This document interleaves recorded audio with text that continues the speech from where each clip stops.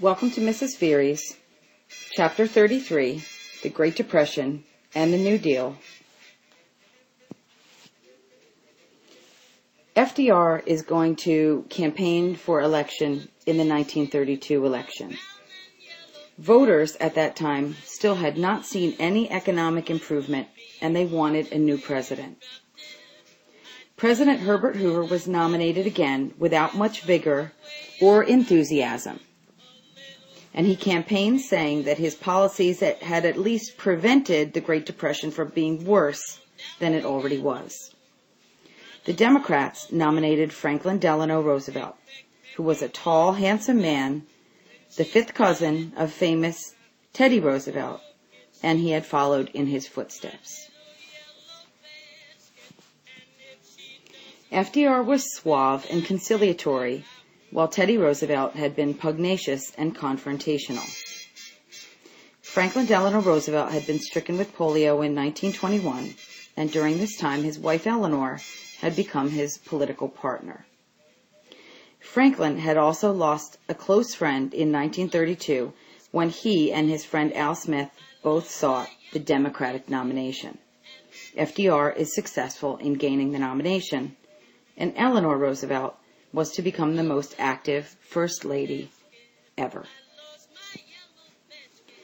During the campaign for the election of 1932, Roosevelt seized the opportunity to prove that he was not an invalid, and his campaign also featured an attack on Hoover's spending, which was ironic because FDR would actually end up spending more during his term. The Democrats found expression in an airy song of the day called Happy Days Are Here Again, and clearly the Democrats had an advantage in this race. Hoover had been swept into the presidential office in 1928, but in 1932 he was swept out with equal force when he was defeated 432 electoral votes to 59. Noteworthy was the transition of the black vote from the Republican to the Democratic Party. Prior to this election, African Americans had traditionally voted Republican because that was the party of Abraham Lincoln. Now is a transition, effective in 1932, where they will now begin to vote as a bloc for the Democratic Party. During the lame duck period, Hoover tried to initiate some of Roosevelt's plans, but he was met by stubbornness and resistance. FDR did not want Herbert Hoover beginning any of his planned programs.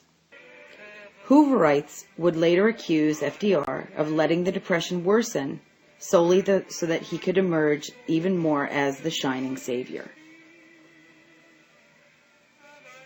FDR's plan to handle the Great Depression involved the 3 R's: relief, recovery, and reform. On Inauguration Day, FDR gives his famous inaugural speech where he quotes, "The only thing we have to fear is fear itself." He calls for a nationwide bank holiday to eliminate paranoid bank withdrawals, and then begins his plan with his 3 R's. The Democratic-controlled Congress was willing to do as FDR said, and the first 100 days involving the 100 Days Congress were filled with more legislative activity than had ever taken place before. Many of the New Deal reforms had been adopted by European nations a decade before. Roosevelt begins his focus in promoting the New Deal by focusing on relief for the banking sector. The Emergency Banking Relief Act of 1933 was passed first. FDR declared a 1-week bank holiday just so everyone would calm down and stop running to the banks. Then Roosevelt settled down for the first of his 30 famous fireside chats with America. In his fireside chats, he talked on the radio while the people of America listened and explained his plans for the New Deal. The 100 Days Congress, as it was called, passed the Glass-Steagall Banking Reform Act. This provided that the Federal Deposit Insurance Corporation, or termed the FDIC, which insured individual deposits up to $5,000, thereby eliminating the epidemic of bank failure and restoring faith in banks. So people could feel comfortable that up to $5,000 in the bank system would be insured, even if the bank failed. FDR then took the nation off the gold standard and achieved controlled inflation by ordering Congress to buy gold at increasingly higher prices. In February 1934, he announced that the United States would pay foreign gold at a rate of 1 ounce of gold per every $35 due. The Emergency Banking Relief Act gave FDR the authority to manage banks. FDR then went on the radio and reassured people that it was safer to put money in the bank than have it hidden in their houses.